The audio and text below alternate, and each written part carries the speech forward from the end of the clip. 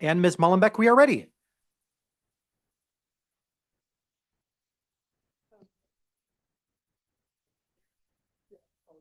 Hi, everyone, and welcome to this meeting of the Board of Education of Glenbrook High School District 225.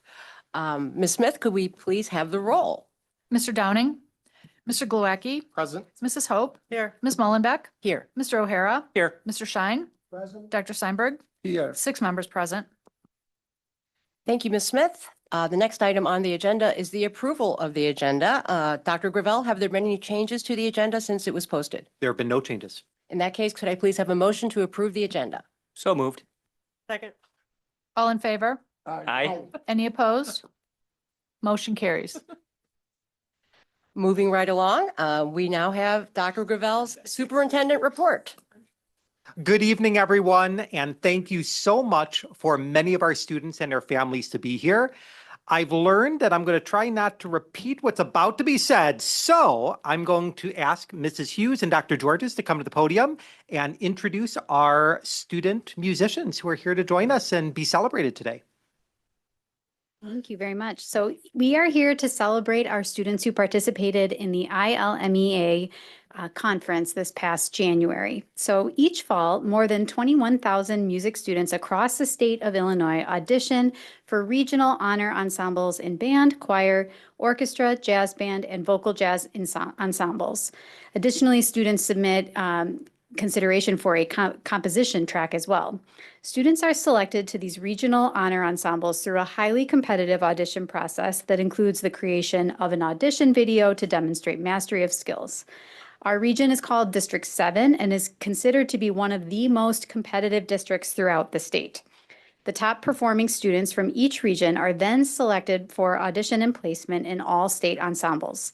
Selected students collaborate with nationally acclaimed guest conductors and peers from all corners of the state, culminating in performances at the conclusion of the annual Illinois Music Education Conference, which is held in lovely Peoria at the end of January. And this year it was probably the coldest weather that they had had for a while. And I just wanted to give a quick recap of some of the exciting highlights that these students endured during that trip. They had quite the eventful trip downstate to Peoria with a little pit stop in Dwight, Illinois, where one of our buses had some challenges. And so there's a whole choreography of getting people to the hotel, including some support from Dr. Gravel, who was there, who was able to assist for students who are in Peoria, and to Mr. Chad Davidson, who drove back out to Dwight to get the rest of our students. So it was a whole team event to get to Peoria. But I also wanted to just share, personally, I had the opportunity to go down there, and it was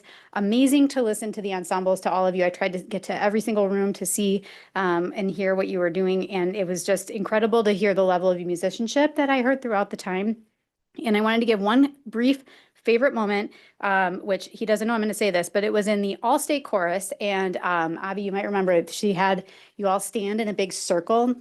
Okay, well, he couldn't see it. He was standing right here, and I was like crying, listening to all the wonderful voices of our singers. It was really amazing to hear the high quality performances, just even in the rehearsal venues, let alone in the concerts that ensued at the very end. So we are very pleased to recognize our students here today, and they are also supported by their wonderful music staff that are our fine arts staff that are here with them. We have Cody Halberstadt from GBS, Brian Boron from GBS, Aaron Kaplan from GBN and GBS, and Chad Davidson from GBN. So let's give them a round of applause of thanks.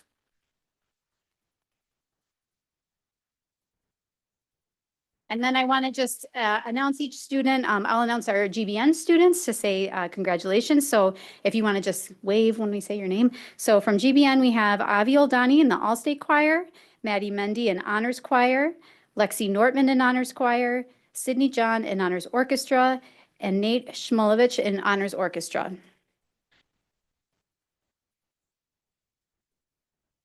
And from GBS, we have Becca Vogt from All-State Choir, David Cha in Honors Band, Sophia Lim in Honors Band, Patrick McGuire in Honors Choir, Maddie Preston in Honors Choir, Santi Robles Berthier in Honors Orchestra, David Schleicher in Honors Orchestra, and Annabelle Langus in composition. Let's give them a round of applause. And before anyone heads out, could we ask our directors to come forward, join our students, and we're going to get a full district-wide group picture here.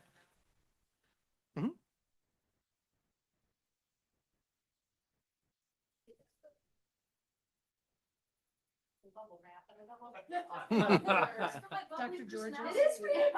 All right, we're definitely gonna need 2 rows. I think I've seen the Maybe. two meeting together or starting. As I say, we can practice when we talk with sorority squad. Two There people you at go. a time, you know what I mean? One person. You just got used to the elbow remind now, okay. Same person. So, we have really tall guys. I love that we're doing that. I love that we're doing that. This is such a good idea. Students can't even get, Just think about who they bring. Mr. Davidson, we're losing you in there. It's been a long hike up this hill. In the promised land, just over the hill. All right, guys.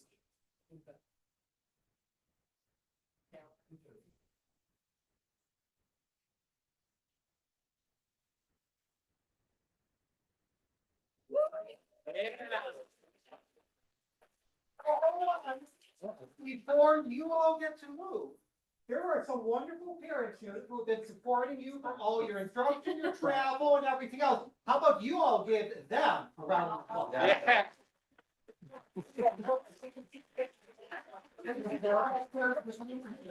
I'm not gonna award you a welcome. So awesome. For the remainder of the Oh, meeting. If you desire to head out, I understand as well. Thank you guys so much. Have a great evening. Brings the house down every day. Yeah. Use it every day. Very welcome, congratulations. I love your granddad. How neat. Yeah. Oh, it's fine. Sounds like a planes, trains, and automobiles. Oh, my God. Well, I got multiple. Is that the easy one? I know exactly where Dwight is. There's a gas station there that you hit. I hit on the way down to St. Louis all the time. There's a couple right there, yeah. And there's a woman shop right Before this, or? We You just get Friday, I Oh, was okay. wanted to go on that tour, but I I backed it off like 3 times. They said in comedy, it's always going. Friday, All right. course, I thought that was it. Priorities. Yep, yes. Yes. Good, well done. Yes, very, thank you. All right. So as we move on with the agenda, we have 2 other items for our superintendent's report. The first one is just a recognition of some tremendous work that has been being led by Mrs. Bonner and Dr. Patak, and that involves the starting phase. Oh, thank you so much. I got a remote. The starting phases of collecting feedback regarding our upcoming stadium renovation projects. Just to kind of recap, last week on Tuesday, we had a day-long event. It began with having 3 listening sessions for our coaches, teachers, and staff at Glenbrook North to gather together with our architects as well as administrators to talk about what the first phase of our plan is to rebuild the Glenbrook North Stadium. After school, we provided a 4th opportunity for staff feedback. And then in the evening, we had our first community engagement session. Members of the Glenbrook North Booster Club were present, as well as some individuals actually who helped out with the referendum back in 2006, who had seen the advertisement and came to share some thoughts. It was a wonderful experience. And then we, at Glenbrook South today, held our first collection of listening sessions for teachers, staff, and coaches. And we'll be having our first community listening session for the Glenbrook South Stadium on Wednesday. So any board members who might be interested, at 7:30 p.m., so it's a little later, but it's 7:30 p.m., we'll be gathering at the Glenbrook South Lyceum to hear from our architects, learn a little bit about what the project entails. And as you kind of see in the picture a little bit here, we have very large renderings and maps of the site where you'll get some ideas of some enhancements we're looking at, as well as see the current, I was going to call it a floor plan, but schematic of how the campus is laid out now, areas where we've identified some corrections or some growth opportunities for us to address. And then you'll see another rendering of all of the changes implemented in. So you kind of see a before and after. And everyone who attends gets 3 wonderful Post-it notes. Now, she doesn't know I'm about to ask her this, but Dr. Romano, would you share your microphone with Mrs. Bonner and just allow her an opportunity to talk about these 3 Post-it notes and what that activity looks like at the end of the day? Thank you, Dr. Gravel. So when we had each of the participants in the room, we asked them to take 3 different colors of Post-it notes, walk around the room, talk with their colleagues, and share with us on our green Post-it note what they loved about what they were seeing on the boards. On their yellow Post-it note, some questions or concerns about what they were seeing on these boards. And then on their blue Post-it note, something that we were missing, something that wasn't there, that didn't show, that they are not seeing. So we asked them to walk around, write really specific pointed feedback for us, stick it on the board. And we did that for each of the listening sessions we've had thus far. We got some really good feedback. And it's interesting to see, each stakeholder has a different use of the stadium or the area around the stadium. And so there were conversations or uses that we could not possibly have anticipated or known about had it not been for these listening sessions. So any board member who might want to see what this looks like in action, your next opportunity is at 7:30 on Wednesday night. And I know when we get to board reports, I know Mr. Downing was able to join us for the Glenbrook North gathering, so I'll also provide him that opportunity to share some additional feedback. You could do it now or the board report section. It's up to you. What do you prefer, sir? I'll just as long as we're on the topic, I'll just say that the sessions were good. It was interesting because there was a lot of similarities between the Parents Association and the Booster Club. But what I also liked is at the Booster Club meeting is that afterwards they asked everybody sitting at tables and they said, give us one thing positive, one thing that maybe you think we could work on. And it was kind of a lot of consensus already. So it was good. Well done. So to continue building on community feedback and also feedback from the architects, a group of about 8 administrators traveled across the region for a lovely stadium field trip or tour. We had the opportunity to visit Downers Grove North. We visited Batavia High School and then Sterling High School. And as we were making our way around the areas, what we were looking for were different design elements of recently remodeled stadiums that might be helpful for an environment like ours that might be a little older in nature. What was really cool, though, was being able to talk to folks who oversaw many of those renovations and asking them the popular question. If you could do it just a little bit differently, what would you change? And each, whether it's an athletic director or buildings and grounds person or chief school business official or principal, each of them were able to identify things that they would do slightly different. And that really is helpful because we're talking about areas that have been substantially remodeled over the last 5 years. So very, very recently.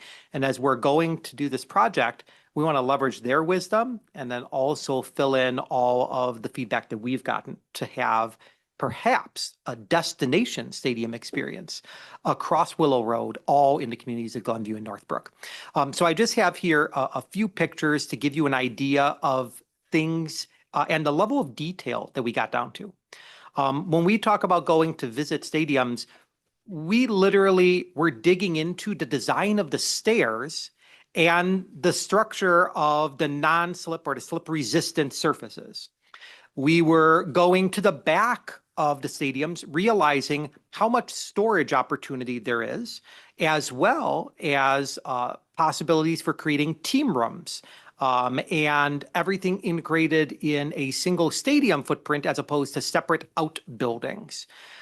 We dug into lighting structure, understanding not only the benefits of transitioning to LED lights, which we've experienced in a lot of places in the district, but ways that you can actually add accent lighting onto all of your poles so that you can celebrate touchdowns or other celebrations that happen in our different sports.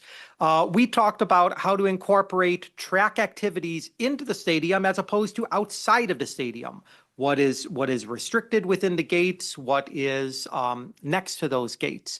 We talked about access opportunities for the community. What parts of the setup when you're creating a complex is accessible not only to students, but community members as well. And then a lot of discussion on press boxes, understanding accessibility requirements, understanding the uniqueness of different sports for the amount of visibility to the field that you need. Recognizing that one press box that added windows on both sides, that was great until they realized how the sun rose and sets and realized that they had to block the windows the whole time because it created a visibility issue. So small things that can make some really big impacts.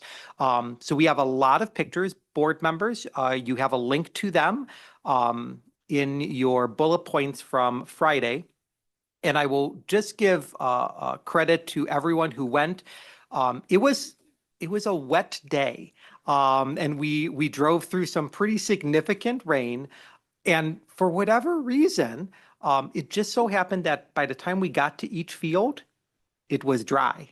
And then when it was time to go, it started raining again. So it all worked out. It was a real fun experience. And we're going to continue leveraging not only what we have learned from our architects, not only what we gather from our families and our coaches and individuals who use the space, but learning what is best practice. There is no guidebook with respect to this. So kind of building our own and looking forward to our next iteration of sharing renderings towards the end of April, beginning of May.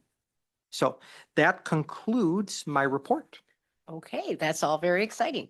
We got a little bit of a preview of the board reports from Mr. Downing. Did you want to share anything else about the Booster Club meeting or the Parents Association meeting that did not have to do with the stadium?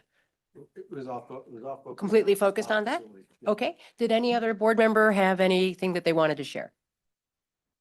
Well, the one thing that I want everyone to remember is that we have a policy committee meeting on Thursday. It's going to be very exciting. It's our last one with our facilitators from IASB. So if you're a policy maven and you have nothing to do on Thursday, come join us at 4:00 in the room next door. Okay, that takes us then to the next item on our agenda, which is recognition of community visitors. No. We do not have any community visitors who wish to speak this evening. That's fine. If there's anything that you would like to share with us, you can always shoot us an email, leave us a voicemail. So we look forward to getting comments from you in any way that you're comfortable. Item 6 on our agenda is the consent agenda. Dr. Gravel, have there been any changes to the consent agenda that was circulated? There have been no structural changes. I do want to just comment, we uploaded a new copy of the school operating budgets memo. We received some feedback from board members requesting clarification on the overall percentage increase. So we've improved that, and that is included in Diligent now. Okay, great. Did anyone have any comments on the consent agenda? In that case, could I get a motion, please, to approve the consent? Second. Mr. Downing, Yes. Mr. Glowacki, Yes. Mrs. Hope, Yes. Mr. O'Hara, Yes. Mr. Stein, Yes. Dr. Steinberg, Yes. Ms. Mullenbeck. Yes. 7 members voting yes. That takes us then to our discussion action agenda. And the first item on the action agenda is the revised 26-27 school calendar. Dr. Gravel. Thank you so much. This evening, we are presenting a revised calendar for the 2026 to 2027 school year, which is next year.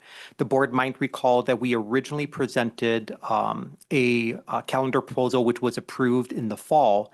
Since that time, there is one primary change that I wanted to highlight, and then I will turn it over to Mr. Breitag, which is that it is anticipated that the general election day in November 2026 will be a statewide school holiday.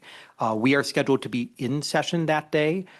So in cooperation and partnership with our elementary feeder districts, we learned that most of them are already out. And as a result, you will see a swap of a holiday in November for the November required holiday. But Mr. Breitag also has some other information to share, and then we'll be happy to answer any questions you have. Absolutely. Good evening. As Dr. Gravel noted, last October, we brought forward that this was going to be the first time that we were going to have our final examinations before winter break. And during that, we thought we had some creative solutions as we embarked upon this new journey. And with those creative solutions, we would be gathering feedback. Two of the most important pieces that we have, number one, with the examinations occurring before winter break, it's how did we exit out of those? So by that, I mean, usually we have an institute day somewhere near our final exams towards the back end. This year, we ended on a Friday and we had we had our institute days when students returned. At the same time, in order to do that, one of the primary reasons was this idea that we liked ending the semester on a gold day so that we had a balance of blue and green and gold days across courses. That required a little bit of a creative offering known as an 8-period day. I will say that we gathered feedback after that experience, and for the first time since I've been in this district, the feedback was overwhelmingly in one direction by both staff and students. And that was, do not do that again. That did not work out very well. We were very appreciative of their feedback and their honesty. And quite honestly, their positivity that they saw what we were trying to do. They saw that we were trying to honor an important piece to our schedule, but it just didn't work. So a couple changes and refinements based upon this feedback. We had well over 350 staff members and well over 900 students weigh in. And primarily they said, hey, we know we've long held to some of these ideas, especially ending with blue and green and gold balanced, that it's okay, we can make adjustments. It's better that we have consistency in our schedule. So moving forward for next year, or this upcoming calendar that we're proposing, we would like to eliminate the 8-period day option before the start of our final exams. And we would like to adjust the end of the first semester by 1 day. Essentially, we are moving, it was ending on Friday, December 18th. We are going to move that to December 17th. That will allow us to, again, move an institute day to the 18th. But students' final day of the semester will be the 17th. And then their first day coming back will be Tuesday, January 5th, rather than Wednesday, January 6th. So they still have a shortened week coming back from break. However, we're able to better end the semester and start the semester in alignment with what our students and our staff recommended. That does have us splitting up the the 2 institute days as noted here. Again, this year we had them both. So at the start of semester 2, this will break them apart. One will be at the end of semester 1 and one will be at the start of semester 2. Also, as we were refining that work, we found, as Dr. Gravel noted, the Senate Bill 351, and what we noted was a shift in Columbus Day, as he mentioned, and the election day. So that was a swap.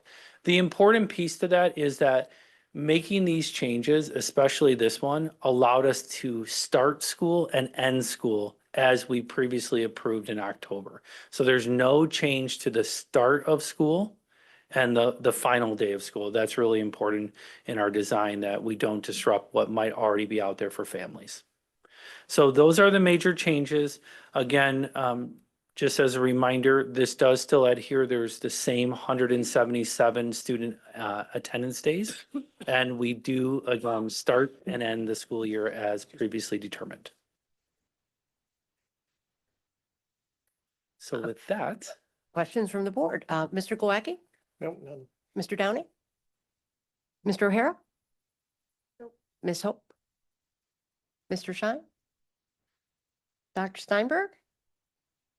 You ran the table. Oh, There you go. there's always a first.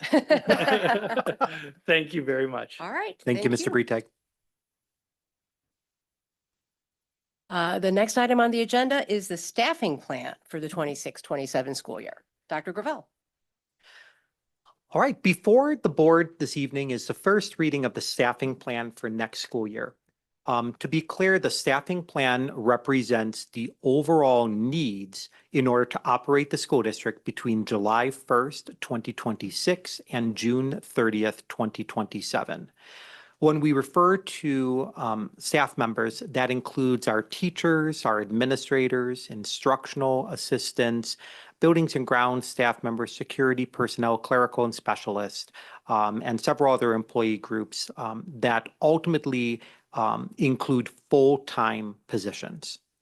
When you look at a staffing plan, sometimes it can be a little confusing. We see fractions of individuals, and that's really a function of an individual's full assignment. Even though the overall recommendation, and forgive me, I'm just pulling it up right here. For example, the recommendation at Glenbrook South is for 276.8 FTE. That doesn't mean that we have 277 individuals, because we have a wide range of folks who might work part-time positions or split them with other staff members and so on and so forth. From a licensed perspective, specifically a teacher teaches 5 classes if they're full-time in the first semester and 5 classes in the second semester. Each one of those classes year-long is 0.2. And so when we see odd numbers, it might mean that an individual teaches fewer sections in one semester and maybe more sections in another semester, and so on and so forth. Overall, and then I will ask Dr. Georges and Mrs. Hughes to just share some feedback about their building. The staffing plan is heavily developed by the school-based team. So through the leadership of Dr. Georges and Mrs. Hughes, they begin working on the staffing plan as early as November, when we're starting to have conversations with our rising freshman teachers that teach at our respective middle schools and junior highs. And then students will ultimately go through the process of registering for classes. And overall, we staff based on student requests. That's why we see changes in departments from year to year. If we have higher requests, we might see a trend or a change in one department going down and another department going up in terms of staffing needs. Now, there's always one little caveat with that. Some of our programs have space limitations. We just recently were talking about culinary over at Glenbrook North. When you only have 2 instructional spaces for culinary and they have a cap in the mid-20 of students, then even if you added more staff, you only have 2 labs. And so there are some restrictions that apply there as well as in other areas. But at this point, I want to highlight the overall numbers for staff can be found on those tables. I know they can be a little hard to read, so it might help to zoom in. We separate it by department or position classification and then building. So you see every position that exists. One area that you might be wondering is the term contracted, and just wanted to highlight there that some of our positions, specifically in what we refer to as related services, so those are individuals providing occupational therapy, physical therapy, vision support, hearing, itinerant support. Some positions we partner with True North in order to staff, or NSSEO or other special education cooperatives. So we do contract out for that. We also, as a district, contract out print services for our print shop, currently operated by Xerox. And then we also outsource our bookstore operations. In order to have all staff on a single document, those are listed there, but you will see that they are highlighted as contracts. The final thing before I turn it over is that you will notice on the licensed staffing, we have a reserve amount. And that means that we intentionally set aside 1.0 FTE for additional teaching needs that we don't know about today. That could be because of a higher number than anticipated amount of students who are moving into the district, changes in IEP needs, students returning to our district, students changing their overall interest in registration that can be accommodated. And so we do use that reserve each year to some extent, and then it resets. But just wanted to call that to the attention, especially for our new board members who might not have heard that term reserve before. With that said, Dr. Georges, you want to start with South? Sure will. First of all, I'd like to take a moment to thank the staffing teams at the building and district level. These teams are comprised of all of the associate principals at Glenbrook North and Glenbrook South, in addition to Skip, our director of special education. And we also have support from Dr. Laura Cummings on the work of our one staffing team for educational support personnel and special ed. So I would like to thank them. They do a tremendous amount of work along with all the school counselors in the buildings that are working directly with our students and families to determine what their requests are, so that we're able to have a staffing plan that is truly directed by our students and their needs. So I'd really like to take a moment to thank all of them.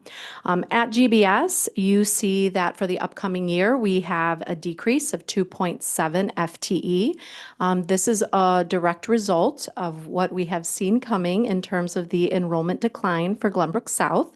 I am very, very happy and proud to report that we were able to address the enrollment decline through retirements. So we did not have to have any situations with full-time personnel. We were able to retain all of our full-time personnel. And as we are anticipating more retirements in the future years with our further enrollment decline, I anticipate that our plan would be to try and leverage those retirements as much as possible. So we were successful in doing that this year. And you see it impacts across our core departments differently than our electives, as Dr. Gravel alluded to. Students change their interests and their requests, and therefore our elective departments adapt accordingly. So that's the biggest update from South this year.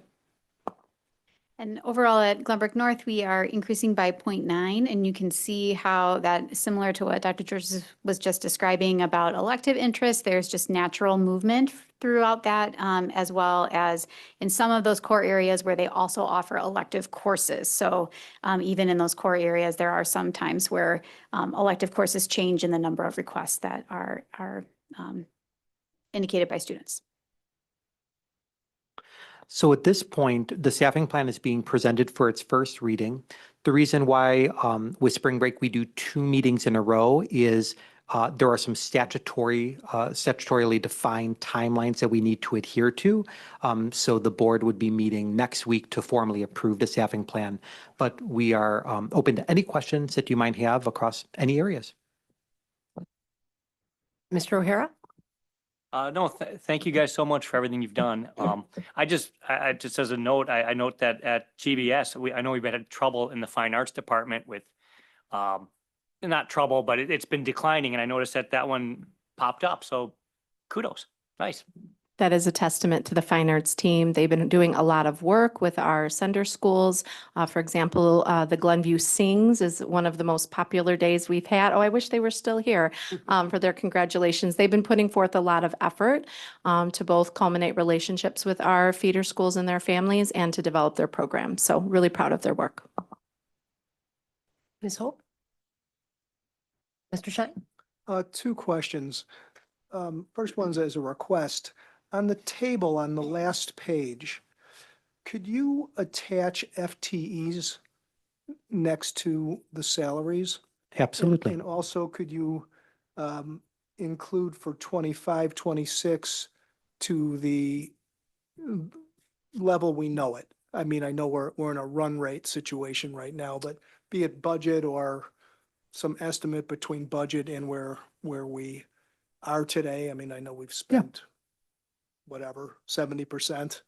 We've got some unknown, but just if we could see that would be great with the FTEs. And then my question is, in the academy, and thanks for all this detail. It's a little hard to see it all, but it's nice to have it. The academy, where is that? The academy is on page Apologize, 4 I of the just memo. had it here. Like a, oh no, you know what, I'm sorry. I was confusing the south with north with a reduction of 2.8 to 2, and I see it's 2.8, 2.82, so all good, thank you. No problem. Dr. Steinberg? Thank you. I know this is kind of crazy to put it together, so I appreciate you thanking everybody that's involved on this. I do have a few questions of things that we don't see here that sometimes are, I mean, to me, it's also interesting that our core staffing gets down with the reduction and students are picking other subjects. Now, how are we, what's the average class load? I mean, are we keeping between the two districts, in terms of students being able to have classes that have similar size? And I know this is, just to finish, it's a dual question, because on one side is the equity for the students, and on the other side is for the teachers as well. So how are we managing that? Yeah, we do follow different class sizes by departments that we work through to make sure that we are both meeting the requirements of the space. As we've kind of alluded to before, sometimes rooms are just built with only so many stations and others. And in addition to what the appropriate class load is for the workload of the content area that's being presented. So we do work within guidelines for that to make sure that we're similarly situated. And across Willow Road, we utilize a planning spreadsheet that puts Glenbrook North and Glenbrook South side by side for every course code. And as Ms. Hughes and I are working with our teams, we're seeking similar sizes across classes and divisors as much as possible. We will own that it's not always possible, and that's based on how many students request, and when you divide that by those class maxes Ms. Hughes was referencing, it doesn't always come out even. But when we get to some larger classes and we have more divisors in there, we try to look across the line and say, okay, she's an average size of 22, maybe I'm 24. Do we add another section to get us closer together? So we're very thoughtful in that as we're distributing the FTE we have available. That's great. I appreciate that. And we still have a few classes where if it's not offered in one of the buildings, a student can take it in the other building, right? Yes, that is correct. Each year, the staffing team, we work together to identify coursework that is either intended to be hosted at one building. For example, they do a lovely job of hosting Hebrew for the district, and other courses where perhaps they're a capstone opportunity and there's just not enough at one building, in which case we collaborate together in our communication to see which campus has the greater number of students of interest. And then we work with those families and students to see if they're able or interested in traveling. Those are limited. We try to keep students in their home campus, and we try to run all the classes that we can at their home campus, but we never want to deprive a student of a capstone experience. So we work really hard in conjunction to do what we can. Or if there's a facility need that dictates that too. That sounds great. Thank you. Mr. Glowacki? Oh, thank you. I agree with my colleague about the FTEs. If you could add that, loved table 4. Thank you guys for assembling all this and everything. If we could also include, I guess, financial projections based on what we know to fill in the chart for for the upcoming year, what percent for 25, 26 and 26, 27 based on what this looks like, just helps put a context on it. I know it's subject to change, but the salaries and benefits as you put them in the percentages were very helpful. Other question I had, is there any legislation we should be mindful of that may impact our plans going forward that we should just keep an eye on as well too? And maybe that could be footnoted or something on here to help us as well too, because I know previously we increased FTE in the special education based on and in English as a second language programs because of state mandates and everything. So that'd be helpful to know. And then last but not least for the principals, I guess, looking at, I guess, building off of the class sizes and everything, noticing some differences, I guess, where you've maybe it's the class number of sections each school has, because it seems like there is a disparity between south and north in terms of mathematics, sciences, and counselors. And as the population is getting closer and closer together, is there any areas of concern there, or how are you treating that? And that may be more of a question for North, but. So in terms of the core subjects, math, science, English, social studies, those are still very much driven by student requests. And as my enrollment declines and hers increases, you'll kind of see those levers adjust accordingly. Now, in some of the core subjects, as Ms. Hughes alluded to, there are electives. So even though you might see a slight decrease in grad requirement courses, there might be an increase in taking a fourth year of math or taking a fourth year of science or joining journalism or yearbook. And that sometimes negates the reduction you would see from an enrollment decline if those electives have a tendency of increasing. In terms of related services, we have been having those conversations, tracking those caseload goals that are part of our staffing norms very carefully.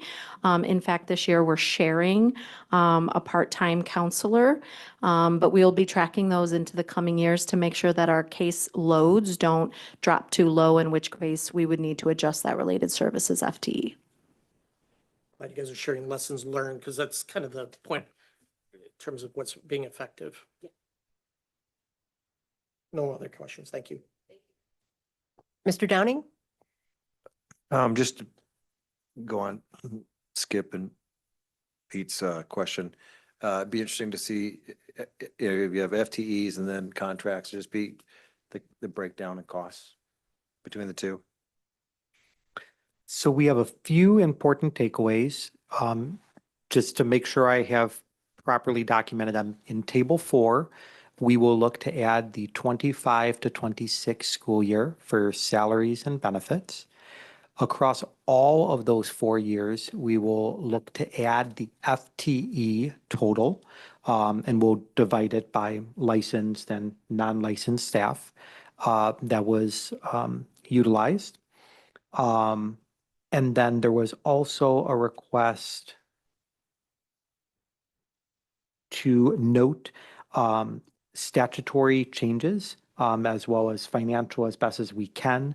I do want to let the board know the only statutory change as of right now that has been incorporated into Illinois School Code is an increase in world language credit requirements. There are other pieces of legislation that might further impact FTE, but a lot of that is actually on the educational support side, so our non-licensed staff. But we will make note of both of those to give context. Did I capture that right, Mr. Downing? Okay. And RJ, just clear, I was asking also for 26, 27, the one that was presented here. I know it's projected, but, and you can note that for the 26. Yeah, so we can basically increase those two portions of the budget by the projected salary base increase, just to kind of put it in perspective, and then we can reflect an updated number in September. Dr. Steinberger had a follow-up. Yeah, so maybe something else to these points that my colleagues are making that could be helpful, especially when we compare schools. It's, we talk about FTE, all right? But really we can go from FTE to number of classes that an FTE means, and from number of classes to number of students that are covered by the SFTE. And I'm not talking about micromanaging for each section, because it gets, when you say, I'm going back to Mr. Golowaki's comment, when we compare like, pick English, right? Everybody needs to take English. So you look at the two schools, I say, why there's 10 FTE difference? But what is the meaning of 10 FTE? So if your school has 1,000 students more than the other school, and the average FTE is something, it makes it easier to understand and say, well, we have these differences because we have X number of students. And sorry for the nerd comment, but it's a stepwise function. At some point, we lower one limit and we lose one kind of. You're welcome. Slide You math. lose one kind of FTE, and so that it makes it easier to understand when you have that extra asterisk on the side. That. So we can add some narrative regarding the difference between schools, just to provide some context there. And Mr. Sorry. Shine has follow-up. Is there a target for a school district, the ratio of salary and benefit expense to total budget? And do you have any context, say, on where we've been, historically? This kind of feels, like we're kind of in that mid-70s point, but I'm Yep. just It's curious. a great question. So you never, as a school district, want your salaries and benefits to increase 78%. So that's the high level. We tend to float, as you can see in the last 3 years, and I'll even go down a little more, between 72 and 76%. We do have a longitudinal data chart as part of the budget book, where I think we have 6 or 7 years that are listed in there. But we can also provide that as a reference point as well. But 78% is your high percentage. Something you guys like look at or are concerned about, or is it just kind of like the mass of, just some years it calculates out like this? Or when you see that, you go, oh, this is going to become problematic. We do a 5-year projection every year to monitor it. And we're currently in a state of declining enrollment. So the practical reality is, as you have less students, in some cases 100 or 200 less students, that will require less staff to support it. Let's say we weren't in that kind of a situation.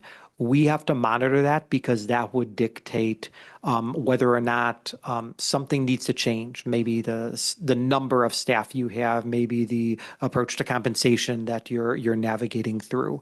And so for at least the last 7 or 8 years, we've been very closely monitoring that ratio, and we've proactively made decisions. Dr. George has mentioned, we try to leverage attrition whenever possible. And so as we start to see us having a ratio challenge, that might be when you have a choice of, do you replace or do you not replace? And there's some level of discretion, meaning it's not directly tied to instructional courses, or do you run courses consistently at 23 as opposed to 19? That's when you start to really have to hone in on those decisions. Okay, so this will come back on consent at the meeting next week. Correct. And as of right now, there are no large presentations or anything scheduled for the next meeting. It is possible that the meeting will primarily be a consent agenda, and then possibly a closed topic, but I don't anticipate anything major. And that's just the nature of the meetings back to back. Okay.